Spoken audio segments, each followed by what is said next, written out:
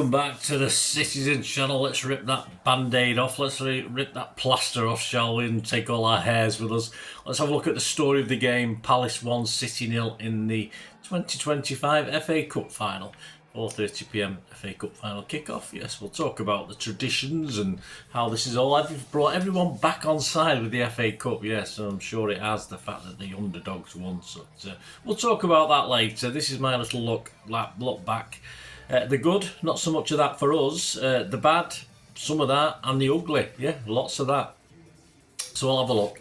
Yeah, my prediction for this one was 2-1 City win. I got the one right. That's all right. That's a bit right. Andy Morrison's prediction was 2-0. There you go. Anyway, my little headlines. The simple one was "We're not glad all over," of course, and a couple with the Eurovision leaning. Of course, you're probably not interested in Eurovision, but I did say on X I actually missed Eurovision night for this, which I quite like. I know it's pathetic, but there you go. I like the judging actually. I like the votes at the end when we get nothing. I think it's so funny. That's the best bit. Not the music, the votes at the end. And yeah, still on the Eurovision theme. My title, my thumbnail, as you've probably seen, you're trying to figure that one out. But of course, it is the title of our UK entry. What the hell just happened? Yeah, leave us your comments, guys. Leave us your thoughts on this. We'll have a bit of fun, a bit lighter. I'll be a bit serious. I'm a bit pissed off still, so I might be a little bit angry. But I'll try and be positive in a negative way. How about that? If that makes any sort of sense, probably doesn't. Right, Pepsi 11. 5 changes to the Southampton game. I got 8. Of course, I had Kovacic in my team, who I think would have played if he'd been fit enough. I think he's poorly, isn't he? I believe. The other 2 would have been Ederson and Nunes. Yeah, I'll talk about that in a moment. Let's just go through the team, the squad. Ortega, Akanji, Diaz, Gvardiol, O'Reilly, Bernardo, De Bruyne, Savic, Marmoush, Doku and Haaland. On the bench, Ederson, Grealish, Gonzalez, Gundo, Vitarais, Foden, Kusanov, Echeverri. I didn't even know he was on the bench. I did say my player ratings until he actually came on. With 15 minutes to go, I hadn't noticed. And of course, Nunes. The referee was a pretty piss poor Stuart Atwell, wasn't he, for this one? Yeah, just on the team, I thought with Doku, Marmoush and Haaland, and I can understand him going for a shot stopper because Palace do have the ability to break and hit and try and score goals, so I can understand that. But also, why not go for Ederson? I mean, this fallacy that Ortega's the cup goalie, that's a load of crap anyway. Ederson's played 2 FA Cup games this season and been injured for another couple. So who's to say he wouldn't have played more than Ortega anyway? And he has played in cup finals before. So I don't understand. We play our best team. It's the only chance of a trophy we've got this season, apart from the crappy World Club Cup, which we're not going to win in a million years, do we, the way we're playing? So, play your best team, and Ederson is our best team. And if you think of those forwards, I mean, if we'd gone a goal down, because let's face it, he might not have saved it like Ortega didn't save it, but, you've got another weapon there with distribution. And once Palace would allowed Palace to take the lead, it didn't really matter about the goalkeeper, because they didn't do a lot else. There's an offside goal, we'll talk about it, of course, but I just thought Ederson was the way to go. And again, I think Nunes should have been in the team. So the 2 that I got wrong, I'm sorry, even after the game, before the game and after the game, I think they probably should have played. But there you go, that's how it is. Let's look at the Palace team. Henderson, Cheats Henderson, I'll call him from now on. You'll hear that throughout this little story. Richards, Lacroix, Gooey, Munoz, Wharton. He's a bit of a mad. Then again, a few of them were mad. I can say he's a mad ass. A few of them were, but hey, you can't blame him. You're winning your chance of your first trophy. You're gonna fall over and pretend you're injured when you're not. It's called cheating. But yeah, the record books show that they didn't cheat. They actually won the FA Cup, so that's all that matters, isn't it? Kamada, Mitchell, Sarah, Easy and Mateta. I won't go through the subs, we're not interested in them, are we? Story of the game, yeah, 6 minutes. One of those lovely balls. Good start by De Bruyne. I wasn't overly convinced by the end of it, but a lovely ball back to that far post. And Haaland, one of those very familiar stretches. I mean, he stretches like a big 6'4", 5" stretchy person and manages to turn it towards goal. But serial cheat Henderson reacts very well to push it away to his left, of course. But yeah, there's always an argument that Haaland could try and go for these with his head. But that's not his style, is he? And he was slightly unlucky. He sent it goalwards, and Henderson generally, because he was still on the pitch for the 90-odd minutes, had an okay game, had a good game. So, yeah, he managed to keep that one out. But 16 minutes, of course, Mateta, I couldn't see. I think in the first 15 minutes, I couldn't see where we were because of all the fireworks before. There was a sort of smoke hovering over the far end, so we couldn't see a lot of our action. But I certainly saw a lot on 16 minutes, although I was distracted because, I don't know, there's certainly later on a little bit of fisticuffs and arguing in the City part about obviously seats and stuff, because there's no stewarding at Wembley. I don't even go to Wembley, but it seems to be a lack of stewarding. There's stewards there, but no one seems to be that bothered, so you have to police yourselves really. So anyway, I got distracted and I was just in time to see the ball turned into the net. I mean, a couple of guys near me who obviously don't know what the rumpus was all about, didn't even realise that they'd scored. But Mateta had combined neatly with Kamada. Found the overlapping Munoz, of course, on the right, and he galloped out a great cross. Everything was superbly, just nice touches, nice cross. Akanji, you can't really say, you know, he should have done better with Eze. Eze's a good player. He found that little bit of space, which good players do, and it was a sort of side foot volley. And Ortega wasn't particularly badly positioned. He was probably where he should have been, and it was in the goal, and we're 1-0 down. And I did say in my preview of this, what we can't afford to do is go a goal down, because we know all of a sudden Palace are going to be time wasting and everything else, and it was up to us, of course, to take our chances. But not good. My little verdicts on that were well executed by Palace. The City defence was never calm. We were chasing shadows really at the back, and good quality balls as well. You know, a foot or two in the wrong place and it breaks down the move. But right spots to get the reward and the 1-0 up, and that's what they would have wanted. 20 minutes, easy sprays a pass out to an unmarked Munoz, who fizzes a sharp cross towards the near post. Sarr does very well, actually divert it past Gvardiol, and Ortega did pretty well. He must have seen it late, but he managed to get something on it. Unfortunately, there was no Palace player there to pick up the pieces, and he managed to get it at the second attempt. But again, could have been easily 2-0. We'd had one or two half chances ourselves, but that could have been 2-0 to Palace. 24 minutes, Gvardiol drives a long ball over the top towards Haaland. The cheat that is Henderson comes to the edge of the area, punches the ball away. He's probably in his own mind not overly sure, but if he's not, you know, if he knew he was in his own area, he would have caught it, wouldn't it? And of course, if he'd caught it, would he have been sent off if he'd caught it rather than punched it?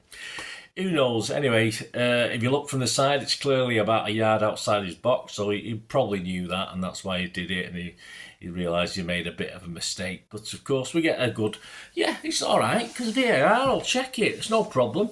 And we all believe, and many believe, I believe the pundits on TV were believing it's, and we didn't know because it was up the other end, we had no idea what had happened. We were just totally oblivious to what was going on. But pundits were saying it's bye-bye to cheat Henderson, he has to be sent off, but nothing, no sending off, not even a booking. He didn't even get booked for it. And I don't even think we got a free kick, did we? So it was just ignored. It was just brushed over as though it never happened. I mean, even that fat rag Rooney was apparently livid and saying that it was wrong. So if he's got to stick up for it, things must be really bad.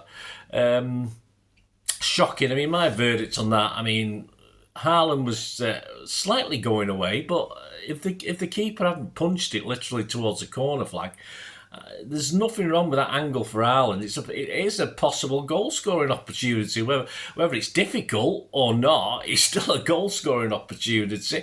I say the defender's running back, but we know Haaland's capabilities. He could have easily just side-footed that home and give us a goal. And the fact that nothing happened, as in free kicks, bookings, anything like that, just total bullshit. Absolute joke of a system. If this is a system, it's correct. And I think the excuse was that it wasn't a proper goal scoring opportunity. I've never heard so much crap in all my life, but there you go. That's the F. But And it's up to us, isn't it? We're gonna, we've got to take advantage and just use that as an inspiration and an impetus to start playing a little bit better. And it didn't really galvanise us too much, did it? Certainly not in the first half. 33 minutes, Bernardo is needlessly and fouled near the byline by Tyrick Mitchell. Yes, some said he got a little bit of the ball, but he certainly got a lot of the player. Stuart Atwell didn't want to give it, but of course realises perhaps VAR might show him up, or take the chance, mate, that you've indicated. But he didn't. He bottled it, and obviously he gave the penalty because he thought, shit, I'm in trouble here. I better give the penalty. And of course, the next big shock for me and the next big moan and groan, I mean, there's a few today, isn't there, guys? 35 minutes, despite Allen picking up the ball, it's decided that Marmoush will take it. How that happened, obviously, we believe Haaland wasn't confident enough. I will give you my plain verdicts. I think you've heard a bit of this on the player ratings. A total shithouse as far as Haaland's concerned. I don't pay my money to watch this bloke, as I said on the player ratings. I'm retiring soon. I'll be watching the pennies. I don't have a big private pension, so I'll be watching the pennies, and I'm physically not able to carry on doing the job I do, so I can't do that. I might have to find other ways of earning a few extra quid, unless the taxman's going to get it. And what he earns in a week, even when I was in my prime at earning money, probably took me 20 years to earn as much as he earns in a week. So I don't expect, and I called him the big lummox again, which I've called him in the past, to bottle it in one of the biggest games in football, because that's not what he is. He's supposed to be a legend, this guy. He's supposed to be up there, not quite, but up there now with people like Messi and Ronaldo, the big guy, the guy who does it all. But if he's going to do stuff like this, it's just not good enough. It's simply not good enough. I did read that this is his 7th final. He's got no goals, no assists, and this is unacceptable. And certainly Pep should not be leaving these things to the players on the pitch. You should know who your penalty taker is, and he should have the confidence. Now, if Pep had run on the pitch and said, "You're taking it, mate, that's your responsibility," and he'd missed, we don't know in hindsight that Marmoush would have missed, but at least he would have took that responsibility. And Alan's got to take that responsibility. He's paid a lot of money for taking responsibility. Sounded like Cilla Black then, isn't it? But yeah, he should have demanded. We should demand Alan takes it. If he missed, so be it. I mean, he's missed plenty, but I'm not happy. I just, I use the word shithouse, and I'm sorry, Erling, you were a total waste of time. If you're going to be that sort of attitude player, I know his confidence level is probably lower. The fans is probably totally low as well. But you got to have the kahunas, as Pep once said of another player, to step up and do that, and he didn't. I was disgusted, to be honest with you. And at the moment, at this point in time, I'm not very au fait with Erling. Simple as that.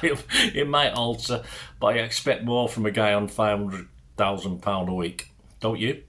Anyway, 36 minutes, Marmoush hits a penalty to the left. A lovely height for that cheat Henderson to save it. And a good save, and people said Marmoush really smashed it, but I don't think he did. I thought he more placed it and give Henderson the chance. I think Henderson went quite early.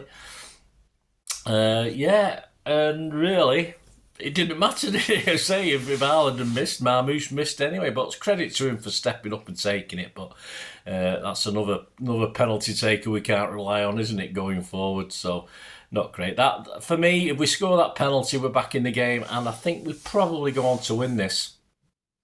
How it is. 43 minutes, Stokew's infield. He passed Muniz and curls a powerful shot towards the far corner with his right foot, but that cheat Henderson leaps to his left. A dramatic one-handed save, but it wasn't bad. It was okay. I would have been quite proud of that, but he didn't push it out. Of course, it eventually fell for KDB, who slashed it wildly high and wide. I mean, for an old seasoned professional who's reaching the end of his top playing days, it was pretty uncalm, that from KDB. I expected better. I was a bit frustrated at the game, watching that fly high and wide. Into the second half, a 1-0 down, of course. They're going to use every trick in the book to waste time. Henderson was wasting time from the outset anyway. I mean, I counted the longest between the ball going out of play and a free kick being taken, or a goal kick, or a throw-in, was 40 seconds. And, if you imagine there's 20, 25 of those in the second half. I mean, the ball's probably, I'd love to know how long the ball was in play in the second half, in the 90 minutes, not the extra 10 minutes as well. I'd be surprised if it was half that time. I'm surprised if it was 22 minutes, to be honest with you. But you know what you're going. The 1-0 up. What do you expect? What do you expect from Palace? That's why we shouldn't have let them get a lead, and they're gonna shithouse the way to it. You know, we've got our own shithouse. They're gonna shithouse their way to winning this game. 60 minutes, a Richards long throw from the right. It looked as though it was worse for us, didn't it? It was only half cleared at the near post. Lacroix allows the ball to run to Munoz, whose shot took a deflection, was saved by Ortega, then it was scrambled in, wasn't it? And Munoz very quick to get in there, but of course it's a quite tight angle, but he managed it. And yeah, a VAR check for offside. I think the ball took a deflection off a couple of big fat asses, and Saran was clearly offside when it hit him, so yeah, good half a yard to a yard. So no goal, thankfully. So, you know, you get a lift from that. You should get a lift from that. You should, because that's fucking hell, we got away with that one. Let's go up the other end and get this goal back. 66 minutes, Nico Riley was booked. 75 minutes, De Bruyne plays a nice through ball to O'Reilly. But he divers. Rather than try and curl it in with his right foot, he tries to bring it, divers that split second to bring it back onto his left foot, which allowed Munoz to block the shot. A little verdict on that one. He just lacked the confidence to hit it with his right. He could have attempted to. I mean, if that had been Oscar Bob, I think it would have been a goal. You know, the sort of coolness and calmness of Oscar Bob. And all right, we haven't seen much of him, but the bits I've seen, he's going to put that into the far corner. But sadly, Mr. O'Reilly simply froze on that one. 75 minutes, Bernardo was booked. 77 minutes, double substitution for us. Phil Foden and the Hail Mary that is Claudio Echeverri. How the hell Pep suddenly throwing him into something like this? It was literally a Hail Mary. He could be a hero. Gets his debut in an FA Cup final. They replace Savinho and Almar Mamouche, and we'll talk about Mr. Echeverri again in a moment. 82 minutes, City work the ball neatly on the edge of the area, and De Bruyne arrives on the scene and slips a lovely first time pass. I say, he did do 3 or 4 nice things, Kevin, amidst all the bang average stuff. And to Echeverri, he's unmarked, 10 yards out. The Guardian said he smashed it. I don't think he did. I think he tried to place it, and he placed it straight at the cheat that is Henderson. It took a tight deflection, might have took something off it, so that might have affected it. A little verdict on that. Echeverri could have written his name there into City folklore, couldn't he? Scoring that goal. Certainly if we'd gone on to win it after that. But yeah, despite hitting the target, I think the chance could have been hit better from the guy. It was a big moment. We're not going to have a downer on him for it, but one of those moments in history that I would have remembered as long as I'm here, and many City fans probably would have done as well. But he should have hit it a bit harder. I also argue that Kev perhaps could have had a go, although looking back at it, it's possibly the best decision from Kev. It was a good idea to pass it. He could have had a go himself, but knowing Kevin's shooting recently, he would have probably skied it anyway. But so a shame for Echeverri, because he's okay, a nice little cameo. But as I said, it was literally Pep just doing unpep things, and that's when Pep does unpep things, that's when we usually lose big games, and he did it again. I think it was just took a chance and threw him on, and all credit. He may as well have stuck Ederson up front as well. I mean, if you got to stick Echeverri on, stick a blue shirt on Ederson and put him on with him. You may as well. Anyway, he didn't do that. He didn't go that far, but he certainly didn't cover himself in glory, or he was hoping a miracle would happen. 82 minutes, Diaz was booked. 83 minutes, Diaz is I don't know what he booked for. Probably a tactical foul, wasn't it? 85 minutes, De Bruyne booked for a tactical foul himself. 88 minutes, Ilkay comes on for Bernardo Silva. May as well just played the game out. I don't see the point of that one. I think Cheat Henderson is booked for time wasting eventually, which he's been doing since. I mean, if that had been Ederson, he would have been in the book at Ortega. Would have been in the book after 15 minutes, but there you go. I think it was right near the end he got booked. 90 plus 4 minutes, Echeverri gets himself booked. 90 plus 6 minutes, the last big chance I think for City. Doku's low cross, stopped at the near post, and then Echeverri, not a bad. He says poked here. I wrote poke, but it wasn't a bad effort. But Cheat Henderson, who's of course.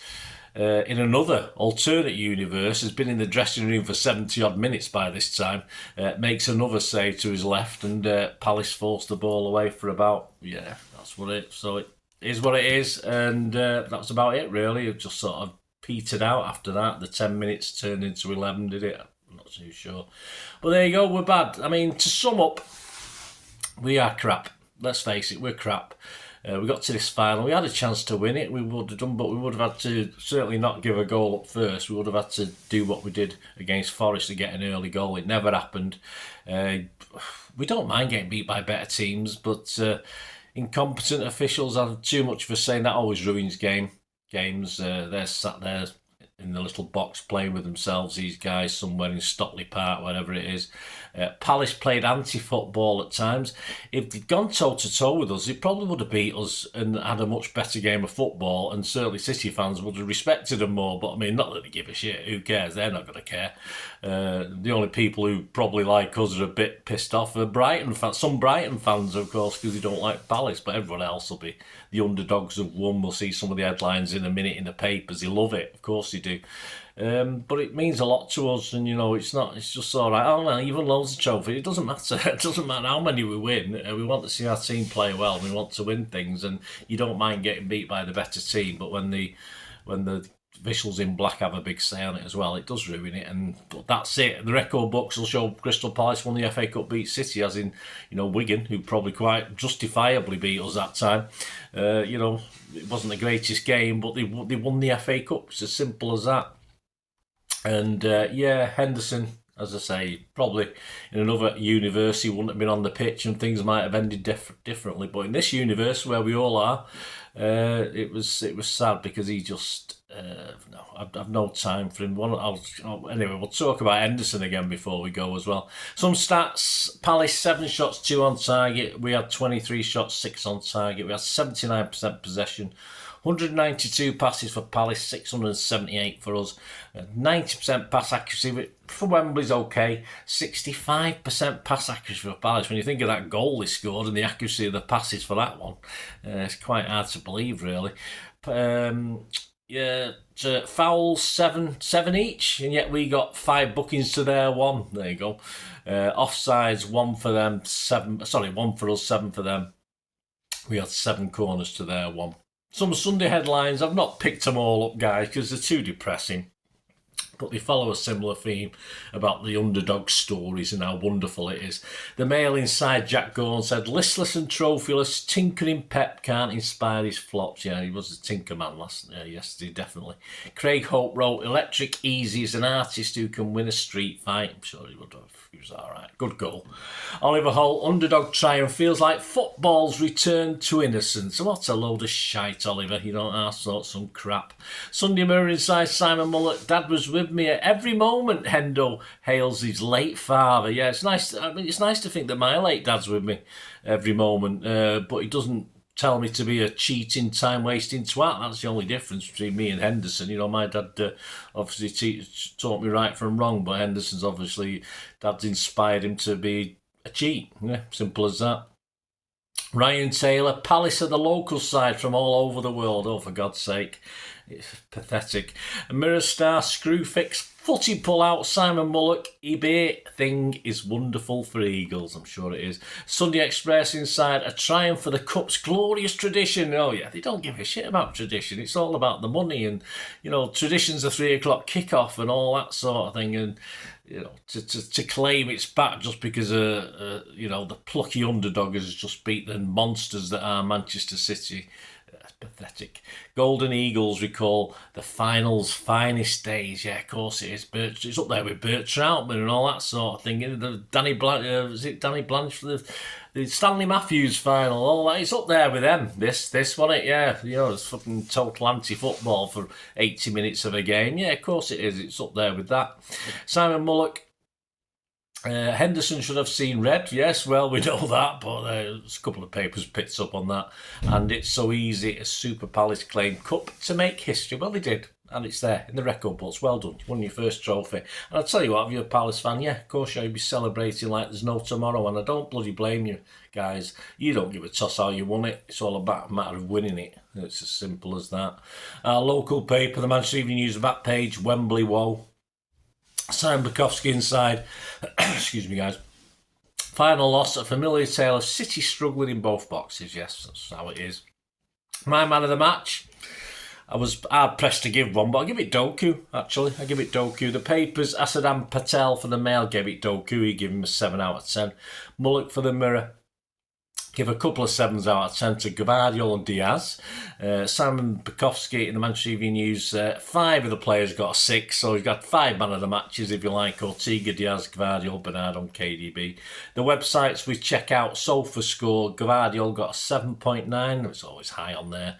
One Footy gave it Gvardiol with a 6, and Goal.com give it Doku with a 7, so some agree with me, some don't. There you go, guys, a bit longer than normal, but it's worth talking about an FA Cup final for 4 or 5 minutes more than normal, isn't it? Well, a few minutes more than normal. So let us know your thoughts. I'm sorry if I've been a bit miserable, but I'll get over it. But as I say, Palace fans love it, enjoy it. I've been there, we've been there. I mean, obviously the first bit of silverware I remember lifting was the mid-70s, you know, at Wembley, and that's I was there for others before that, but obviously my memory's a bit lax from 1968, 69. I wasn't actually, as I say, it wasn't a matter of, you don't appreciate it at a young age. It's only when you get older when you can remember going to these trips to Wembley and winning bits and bobs and stuff like that. So well done, Palace. You'll enjoy it, as you say.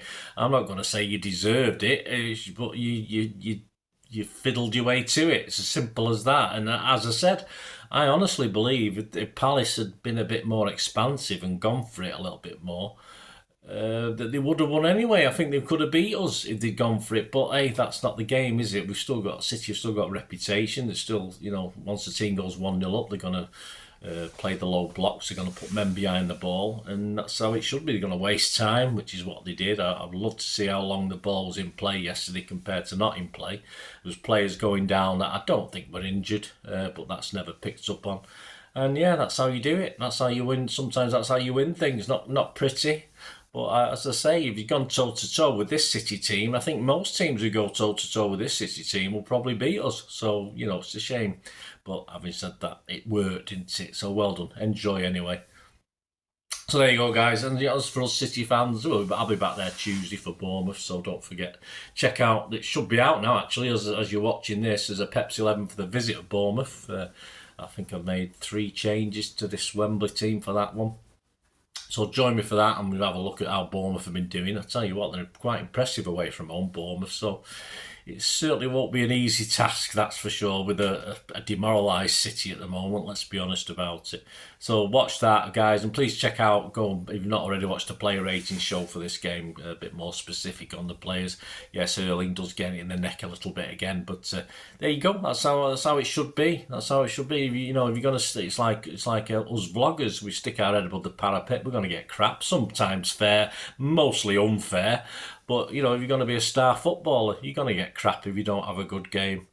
Mostly fair, sometimes unfair, but that's life, isn't it? Thanks for watching, guys. Let us know your thoughts anyway. Please, if you can support the channel from simply subscribing or even becoming a member, guys. During the summer, lots of history stuff available, of course. Lots of history stuff available to members. It isn't currently out yet, so if you want to see yourself to helping supporting me, there are ways of doing it and helping me out, guys. It'd be much appreciated. An old fat like me who's retiring in a few weeks. So if you can help us out going forward, that'll be wonderful. You'd have my eternal greats and my gratefulness and my eternal work for you as well, because I'll never stop working and I'll never stop putting this stuff together for City, whether past or present. Thanks for watching, guys. Keep watching and listening just to find ways of helping support me. Thank you.